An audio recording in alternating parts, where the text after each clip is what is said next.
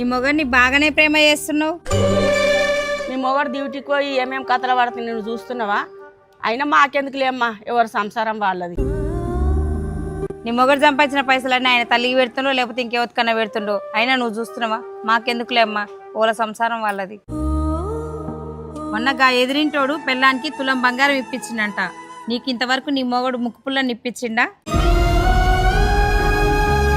మియాసుంటి చుట్టుపక్కల వాళ్ళు చెప్పే మాటలు విని మన దగ్గర సగం సంసారాలు నాశనం అవుతున్నాయి. మన సంసారం ఎట్లాగానే ఉండని, ఎదుటి దాని సంసారం మాత్రం నాశనం కావాలి.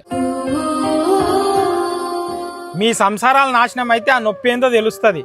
మిమ్మల్ని మనుషులేం చేయకపోవచ్చు, కానీ పైనున్న దేవుడు ఏదో ఒక రోజు మాత్రం తప్పకుండా శిక్ష వేస్తాడు.